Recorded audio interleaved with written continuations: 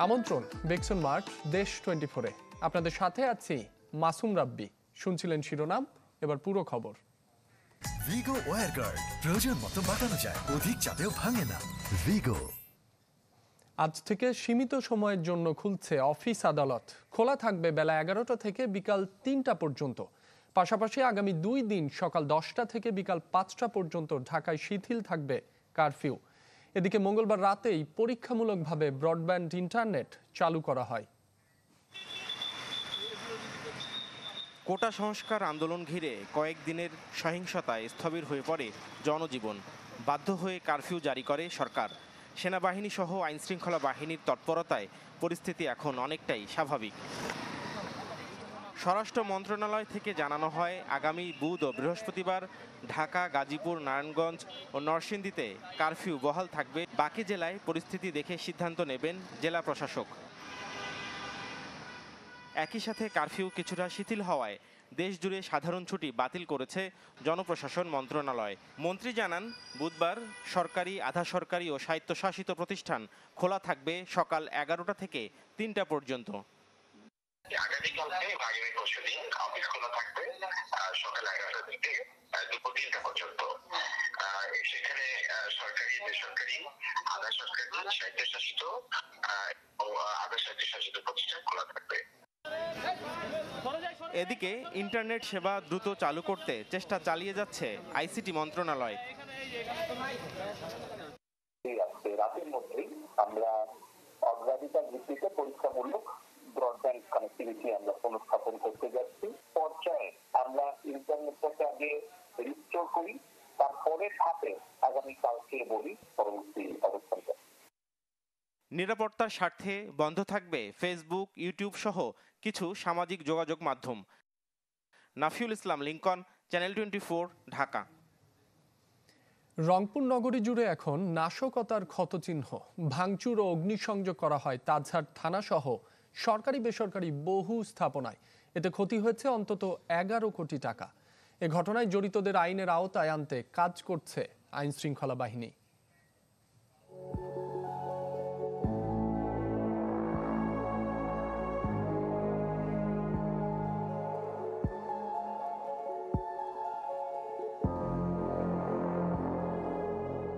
গেল কয়েকদিনের সহিংসতায় রংপুরের চিত্র যেন যুদ্ধ বিধ্বস্ত এক নগরী। দুর্বৃত্তের হামলায় সবচেয়ে বেশি ক্ষতিগ্রস্ত তাজহাট থানা। ভাঙচুর আগুনের পর ছড়িয়ে ছিটিয়ে আছে তারই ধ্বংসলীলা। পুলিশের দাবি, আইনশৃঙ্খলা বাহিনীকে পুড়িয়ে মারতেই চালানো হয় এমন তাণ্ডব। নগরীর বিভিন্ন সড়কেও চোখে পড়বে নাশকতার ক্ষতচিহ্ন।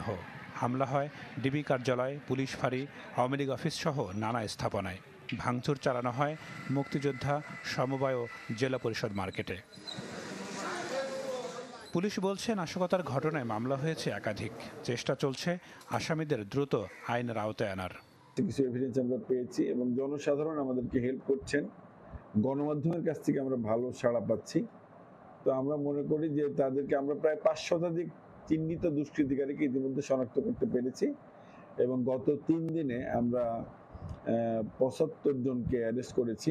যারা এই ধরনের নাশকতায় নেতৃত্ব দিয়েছে তাদেরকে কিন্তু আইডেন্টিফাই করা, চিহ্নিত করা খুব সহজ হয়েছে। আমাদের কাছে স্থির চিত্র, ভিডিও চিত্র আছে এবং তাদেরকে শনাক্ত করে তাদেরকে গ্রেফতার কার্যক্রম চলমান আছে। বিভাগীয় কমিশনারের দাবি, এসব কাজ শিক্ষার্থীদের নয়, জড়িত বিশেষ গোষ্ঠী। ভাষায় প্রকাশ করার মতো নয়, এটি নৈরাজ্যের চরম অবস্থা এবং কোনোভাবে এরা কোনো দেশপ্রেমিক মানুষ নয় এবং এটা কোনো ছাত্ররাও করেছে বলে আমাদের কাছে মনে হচ্ছে না, কারণ এগুলো ছাত্ররা এগুলো করতে পারে না, করেও নাই তারা আর কি। সাম্প্রতিক সহিংসতায় রংপুরে প্রাণ গেছে বিশ্ববিদ্যালয় শিক্ষার্থী আবু সাইদ সহ 6 জনের। Desk report, channel 24। শেরপুরের সার্বিক পরিস্থিতি জানাচ্ছেন সহকর্মী ইমরান হাসান রাব্বি। কারফিউর পঞ্চম দিনে শেরপুরের প্রেক্ষাপটে যদি বলি যে শেরপুরে আজ সকাল 9টা থেকে বিকেল 5টা পর্যন্ত কারফিউ শিথিল থাকার নির্দেশনা দেওয়া হয়েছে এবং জেলা প্রশাসনের পক্ষ থেকে মাইকিং করা হয়েছে। আর যেহেতু আজ সাধারণ ছুটি নেই, মূলত সকল ধরনের ব্যাংক এবং প্রতিষ্ঠান কিন্তু খোলার ব্যাপারে নির্দেশনা দেওয়া হয়েছে। একটি বিষয়ে জানিয়ে রাখি যে আজ সকাল 10টায় সেনাপ্রধান শেরপুরে আসেন এবং গণমাধ্যম কর্মীদের সাথে তিনি ব্রিফিং করবেন বলেও আমাদেরকে জানানো হয়েছে সেনাবাহিনীর পক্ষ থেকে। আর একই প্রেক্ষাপটে যদি বলি যে কারফিউয়ের আজকের এই 5 দিনে সকল পরিস্থিতি মূলত একেবারেই স্বাভাবিক ছিল। জেলা পুলিশের সদস্যরা এবং সেনাবাহিনীর সদস্যরা কিন্তু শেরপুরের গুরুত্বপূর্ণ মোড়গুলোতে এবং প্রতিটি উপজেলা কিন্তু তারা মহড়া দিয়েছেন এবং গত 6 দিনের প্রেক্ষাপটে শেরপুরে সহিংসতা এবং নাশকতার মামলা হয়েছে 6টি এবং এই 6 মামলায় 7,500 আসামি করা হয়েছে এবং গতকাল সন্ধ্যা পর্যন্ত আমরা যতটুকু তথ্য পেয়েছি জেলা পুলিশের পক্ষ থেকে অন্তত 43 জনকে গ্রেপ্তার করা হয়েছে গত 6 দিনের প্রেক্ষাপটে এই সহিংসতা এবং নাশকতার মামলায়। এখন পর্যন্ত শেরপুরে সবকিছুর পরিস্থিতি একেবারেই স্বাভাবিক রয়েছে, যেহেতু আজ সাধারণ ছুটি নেই এবং সকাল 9টা থেকে বিকেল 5টা পর্যন্ত কারফিউ শিথিল করা হয়েছে। কর্মজীবী যে সকল মানুষ রয়েছে তারা কিন্তু সকাল থেকেই বাইরে এসেছেন এবং একই সাথে আমরা দেখেছি যে দূরপাল্লার বাসগুলো কিন্তু ভোর থেকেই শেরপুর থেকে ঢাকা সহ দেশের বিভিন্ন জায়গায় একেবারে ঢিলেঢালাভাবে যাতায়াত শুরু করেছে। আসলে এই ছিল আমার কাছে শেরপুর থেকে কারফিউয়ের সর্বশেষ পরিস্থিতি। আপিল বিভাগের রায় মেনেই কোটার প্রজ্ঞাপন জারি করেছে সরকার। এখন থেকে সরকারি, আধা সরকারি ও স্বায়ত্তশাসিত চাকরিতে 93% নিয়োগ হবে মেধায়। মুক্তিযোদ্ধা কোটা 5%, ক্ষুদ্র নৃগোষ্ঠী 1 এবং প্রতিবন্ধী ও তৃতীয় লিঙ্গের জন্য থাকবে 1% কোটা। বাতিল করা হয়েছে নারী ও জেলা কোটা। সংবাদ সম্মেলনে আইনমন্ত্রী জানান, সব গ্রেডের জন্য কার্যকর এই প্রজ্ঞাপন। আপিল বিভাগের রায়ের পর কোটার প্রজ্ঞাপন জারি ছিল শুধুই আনুষ্ঠানিকতা। সোমবার রাতে যার অনুমোদন দেন প্রধানমন্ত্রী শেখ হাসিনা। মঙ্গলবার প্রজ্ঞাপন জারি করে গুলশানে নিজ সরকারি বাসভবনে সংবাদ সম্মেলনে আসেন আনিসুল হক সহ 4 জন মন্ত্রী প্রতিমন্ত্রী। শুরুতেই আইনমন্ত্রী জানিয়ে দেন, আপিল বিভাগের নির্দেশনা মেনে দাড়ি কমা সেমিকোলন সহ কোটার প্রজ্ঞাপন জারি করা হয়েছে, যেখানে মেধায় নিয়োগ 93% রাখা হয়, বাকি 7% কোটা। মেধাভিত্তিক 93% খ মুক্তিযোদ্ধা, শহীদ মুক্তিযোদ্ধা ও বীরাঙ্গনাদের সন্তানদের জন্য 5%, গ ক্ষুদ্র নৃগোষ্ঠী 1% এবং শারীরিক প্রতিবন্ধী ও তৃতীয় লিঙ্গের জন্য 1%। সরকারি, আধা সরকারি ও স্বায়ত্তশাসিত সব প্রতিষ্ঠান ও কর্পোরেশনে সরাসরি সব নিয়োগ হবে নতুন প্রজ্ঞাপনের আলোকে। থাকছে না নারী ও জেলা কোটা। এই যে প্রজ্ঞাপনে বলা হয়েছে সকল গ্রেডে, এবং তার সাথে আমি যোগ করব আপিল বিভাগের রায়ের একটা কমা, দাড়ি কমা সেমিকোলন বদলানোর ক্ষমতা আমাদের নাই। লিখিত বক্তব্যের পর প্রশ্নোত্তর পর্বের পুরো অংশ জুড়ে ছিল ছাত্র আন্দোলন ও সহিংসতার বিষয়টি।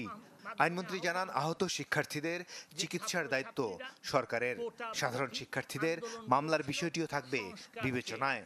এই যে সহিংসতা হয়েছে, এতে সাধারণ ছাত্রছাত্রী যারা আহত হয়েছেন তাদের চিকিৎসার ব্যাপারে সরকার দেখভাল করবে। এই কোটা বিরোধী আন্দোলন করছিলেন তাদের ব্যাপারে যদি কোনো মামলা হয়ে থাকে সেগুলি আমরা অবশ্যই দেখব। প্রশ্ন আসে, শিক্ষা প্রতিষ্ঠান কবে খুলবে আর কবেই বা শিথিল হবে কারফিউ? আইনমন্ত্রীর কণ্ঠে আশার সুর, দ্রুতই হবে সব। শিক্ষার পরিবেশ ফিরিয়ে আনা এবং সকল ছাত্রছাত্রীদের সুরক্ষা ও নিরাপত্তার পরিবেশ সরকার তৈরি করবে। গেল কয়েকদিনে সহিংসতার প্রেক্ষাপট ও ক্ষয়ক্ষতির চিত্র তুলে ধরেন তথ্য প্রতিমন্ত্রী। প্রতিটি হতাহতের ঘটনার জন্য আমরা নিন্দা জানাই দুঃখ প্রকাশ করি এবং বিচার করে প্রত্যেককে সে যেই হোক বিচারের করে সাজার আওতায় আনা হবে। কদিনের সহিংসতায় কোন আইনে বিচার হবে তা এখনই বলতে নারাজ আইনমন্ত্রী। যদি অবনতি ঘটানোর চেষ্টা কোনো অপশক্তি করে সেটার ব্যাপারে আমরা কঠোর ব্যবস্থা নেব। মাসুদুর রহমান, চ্যানেল 24, ঢাকা। শিল্প কলকারখানা ও গার্মেন্টস শ্রমিকদের কর্মক্ষেত্রে যেতে সার্বিক সহায়তা করবে শিল্প পুলিশ। ধানমন্ডির নিজ বাসায় এ আশ্বাস দেন স্বরাষ্ট্রমন্ত্রী আসাদুজ্জামান খান কামাল। ডিউটি করতে আসবে তারা যেন একটা তাদের পরিচয়পত্রগুলি নিয়ে আসেন, এবং গার্মেন্টসের শ্রমিকরা আপনারা আগেই তাদেরকে একটু ব্রিফ করে দিয়েন যে এটা কোনো শ্রমিক আন্দোলন নয়, এটা কোনো রাজনৈতিক আন্দোলন নয়, এবং তারাও লক্ষ্য রাখবেন যাতে করে শ্রমিকরা ভুল বুঝে রাস্তায় না আসেন। এই সব কিছুই আমাদের আলাপ আলোচনার মাধ্যমে তারাও কালকের থেকে গার্মেন্টস ইন্ডাস্ট্রিগুলি খুলবে। সেটা বেক্সন মার্ট দেশ 24-এ নিচ্ছে একটা বিরতি, ফিরছে একটু পরে, সাথেই থাকুন।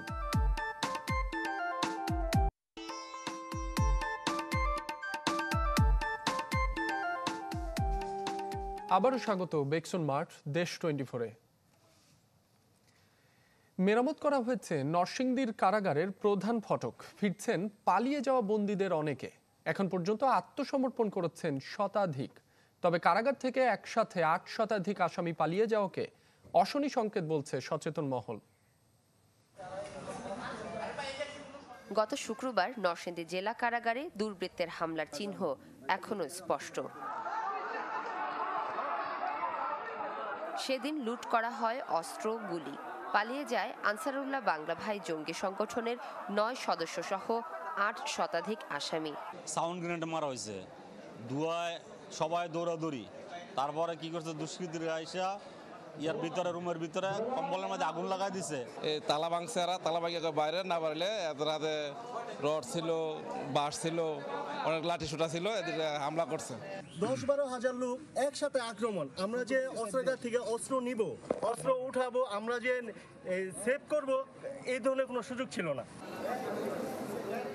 জেলা প্রশাসকের আহ্বানে মঙ্গলবার বিকেলে আদালতে আত্মসমর্পণ করে পালিয়ে যাওয়া 126 জন আসামি। পরে তাদের কারাগারে পাঠানো হয়। এদিকে একসাথে এত আসামি পালিয়ে যাওয়ার ঘটনাকে অশনি সংকেত বলছে সচেতন মহল। তবে জেলায় আইন শৃঙ্খলা পরিস্থিতি নিয়ন্ত্রণে রয়েছে বলে দাবি পুলিশ সুপারের। যারা এখান থেকে বেরিয়ে গেছে, যারা চিহ্নিত আসামি, তারা বাইরে গিয়ে হয়তো আবার নতুন করে কোনো অপরাধ কর্মে লিপ্ত হতে পারে এবং এটি জনগণের স্বস্তি এবং শান্তি বিনষ্ট হতে পারে। নরসিংদী জেলার আইন শৃঙ্খলা প্রায় শতভাগ স্বাভাবিক, জনজীবন একদম স্বাভাবিকভাবে চলছে। আপনারা দেখছেন যে রাস্তাঘাটেও প্রচুর যানবাহন চলছে। কারাগারে পরিদর্শনে গিয়ে স্বরাষ্ট্রমন্ত্রী বলেছেন, স্বাধীনতা বিরোধী একটি চক্র এই হামলা চালিয়েছে। যারা যারা এই কাজগুলি করেছেন তাদেরকে খুঁজে বের করে আমরা আইনের সোপর্দ করব। তাদের বিরুদ্ধে আমরা যা যা করার আমরা সব কিছুই ইনশাল্লাহ করব। এদিকে আসামি পালানোর ঘটনায় জেল সুপার ও জেলারকে সাময়িক বরখাস্ত করেছে স্বরাষ্ট্র মন্ত্রণালয়। Desk report, channel 24। চলমান পরিস্থিতিতে উৎপাদিত সবজি বাজারে এনে বিক্রি করতে হিমশিম খেতে হচ্ছে জয়পুরহাটের কৃষকদের। দাম পাচ্ছেন না একেবারেই। আরও জানাচ্ছেন হারুনুর রশিদ। কয়েকদিন ধরে ছাত্র আন্দোলন শেষে কারফিউ জারি। এই কারফিউ জারির পর আজকে থেকে 144 ধারা জারি করা হয়েছে। তো 144 ধারার মধ্যেও কাঁচা বাজারে কিন্তু অনেকটা ধস নেমে এসেছে। কৃষকরা তাদের কাঁচামাল নিয়ে বাজারে নিয়ে এসে কিন্তু তারা বিক্রি করতে পারছেন না। আপনারা জানেন যে জয়পুরহাট জেলা একটি কাঁচামালের জন্য বিখ্যাত। এখানকার মাল দেশে বিভিন্ন প্রান্ত চলে যায়, কিন্তু সেই কৃষকরা যে এক সপ্তাহ আগে যে 1 পিস লাউ বিক্রি করছেন, তারা বলছেন যে 50 টাকা, সেটি এখন বিক্রি করছে আজকে নিয়ে এসে 20 টাকা 15 টাকা পিস। পটল বিক্রি হয়েছে এর আগে 40 টাকা 50 টাকা কেজি, সেই পটল আজকে 16 থেকে 20 টাকা কেজি ধরে পাইকারি দামে বিক্রি হচ্ছে। কিন্তু সেই অন্যান্য যে আরও মালামাল কাঁচামাল আছে সেগুলো কিন্তু তারা কৃষকরা যে বাজারে নিয়ে এসছেন সেটাও যে বিক্রি করে তারা টাকা পাবে, কিন্তু তারাও সেটা পাচ্ছে না। তো আমি যদি একটু দেখাই যে বাজারে কিন্তু অনেক মালের এখানে আজকে সমন ঘটেছে, কিন্তু সেই হিসাবে কোনো এখানে ক্রেতা না থাকায় কিন্তু এই যারা কৃষকরা আসছেন কৃষকরা কিন্তু বিপাকে পড়ছেন। আর যারা এখানে আরও যারা মাল কিনেছেন তারাও বলছেন যে আমরা মালগুলো কিনেছি, এটা পাঠাতেও কিন্তু এখন আমাদের অনেক খরচ লাগা যাচ্ছে। কিন্তু এই খরচ পড়ছে কিন্তু ঠিকই, কিন্তু সেই হিসাবে হিসাবে তারা কিন্তু টাকাও পাচ্ছেন না।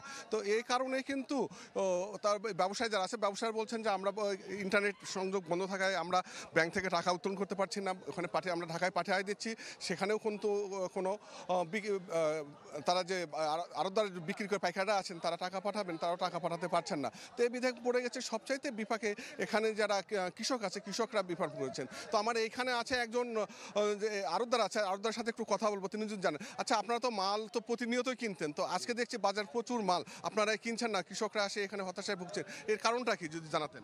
আজকে প্রচুর মাল, আমাদের ব্যাংক বন্ধ, এই কারণে আমরা মালটাল কিনতে পারতেছি না।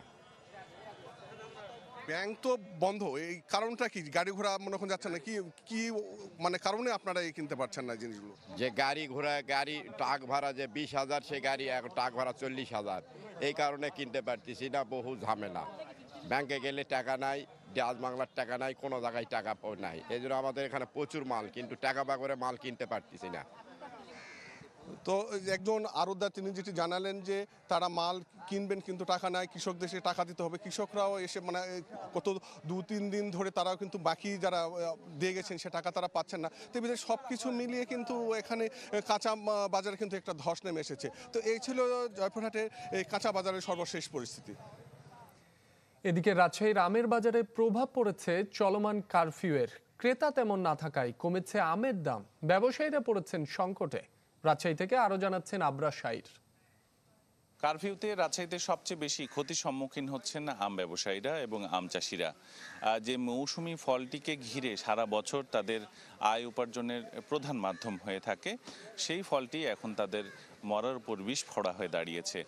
এখন তারা যেটি বলছেন যে ব্যাপারীরা যারা রাজশাহীতে মোটামুটি যে মৌসুমি আম গোপালভোগ বা খিসাবাদ সেটি মোটামুটি শেষ, কিন্তু এখন যে আমগুলো আসে দূর দূরান্ত থেকে, সেই রাজশাহীর থেকে যে রাজশাহীর কানসাট কিংবা নওগাঁর সাপাহার থেকে যে আমগুলো তারা নিয়ে আসেন, সে আমগুলো তারা নিয়ে আসতে পারছেন না। সাপাহারে এখন প্রচুর পরিমাণে আম্রপালি আম রয়েছে এবং সে আমগুলো আনতে গেলে তাদের বড় বড় গাড়ি আসলে ঢুকছে না, ফলে ছোট ট্রাকে এখন ভরসা, কিন্তু সেটিতেও খুব বেশি আম তারা আনতে পারছেন না কারফিউয়ের ফলে। এখন তাদের যে কথা যে আমটা তারা আনবেন, সে আমটা যেই দামে তারা কিনছেন সেই দামে বিক্রি করতে পারছেন না। যেমন বাজারে এখন রয়েছে বাড়িফোর এবং আম্রপালি সবচেয়ে বেশি। আম্রপালি আমটি এই সময়ে বাজার দর হওয়ার কথা 4,000 টাকা, তারা এখন বিক্রি করছেন সেটি 2,800 থেকে 3,000 টাকা মন হিসেবে। আর বাড়িফোরও প্রায় একই দাম, 100 টাকা কেজি হিসেবে বিক্রি হচ্ছে, সেটা আরেকটু বেশি দাম হওয়ার কথা ছিল। ব্যবসায়িকের সাথে যাদের আম কিনা আছে আগে গাছে, তাদের লস বেশি। এখন তো ব্যবসায়িক আনতেও পারতেছে না, বেচতেও পারতেছে না, গাছে মনে করে নাকি আম নষ্ট হয়ে যাচ্ছে পুরি। আর যে করে আসতেছে জনসংখ্যা কম, বেচা বিক্রি কম। এই যে কারফিউ শুরু হওয়ার পরে একটু ক্ষতির সম্মুখীন হয়েছি আর কি। আমরা আপনার ওখানে আমের দাম বেশি, বাগানে কিনতে গেলেও বেশি বা বাজারে কিনতে গেলেও বেশি, কিন্তু রাজশাহীতে আমরা বিশেষ করে ট্রেন এবং বাস বন্ধ হওয়ার কারণে আমরা আর কি হচ্ছে যে আমটা একটু কম সেল করতে পারতেছি, কাস্টমার কম, যার কারণে আমরা কেনার চাইতে বিক্রিটা কম দামে করতে হচ্ছে আর কি, এই জন্য ক্ষতির সম্মুখীন হচ্ছে। জি, কার্ফুটা চলমান যদি অবস্থায় থাকে আমাদের ব্যবসা বাণিজ্য সব কিছু বন্ধ হয়ে যাবে। যেমন আমি এখানে রাজশাহী শহরে মোটামুটি কয়েক জায়গায় আম প্যাকেটে সেল করি, তাদের প্রতিটা দোকানে আম দিছি, প্রত্যেক দোকানে আম কাঁচা আম পেকে গেছে, পেকে যাওয়ার কারণে অনেক ক্ষয়ক্ষতি হয়েছে। এখন পর্যন্ত প্রশাসনের পক্ষ থেকেও নির্দিষ্ট করে বলা যাচ্ছে না যে কারফিউ কবে নাগাদ শেষ হবে, তবে আম চাষিরা চাইছেন যে অন্তত কাঁচা পণ্যের ক্ষেত্রে কিংবা যেগুলো পচনশীল পণ্য ফল ফলাদি, সেই ক্ষেত্রে যেন কিছুটা ছাড় দেওয়া হয় এবং এই বাজার যাতে নষ্ট না হয় তার জন্য প্রশাসনের সুনজর চাইছেন তারা। রাজশাহীতে আজও কারফিউ চলার জন্য রাস্তাঘাটে খুব একটা মানুষ নেই, ফলে এই আম ব্যবসায়ীরা কিংবা আম বিক্রেতারা আসলে কার কাছে আম বিক্রি করবেন সেটি এখন বুঝতে পারছেন না। এ ছিল আমার কাছে রাজশাহী থেকে আমের বাজারের সর্বশেষ। বেক্সন মার্ট দেশ 24-এ নিচ্ছি আরও একটা বিরতি, ফিরছি একটি পরেই।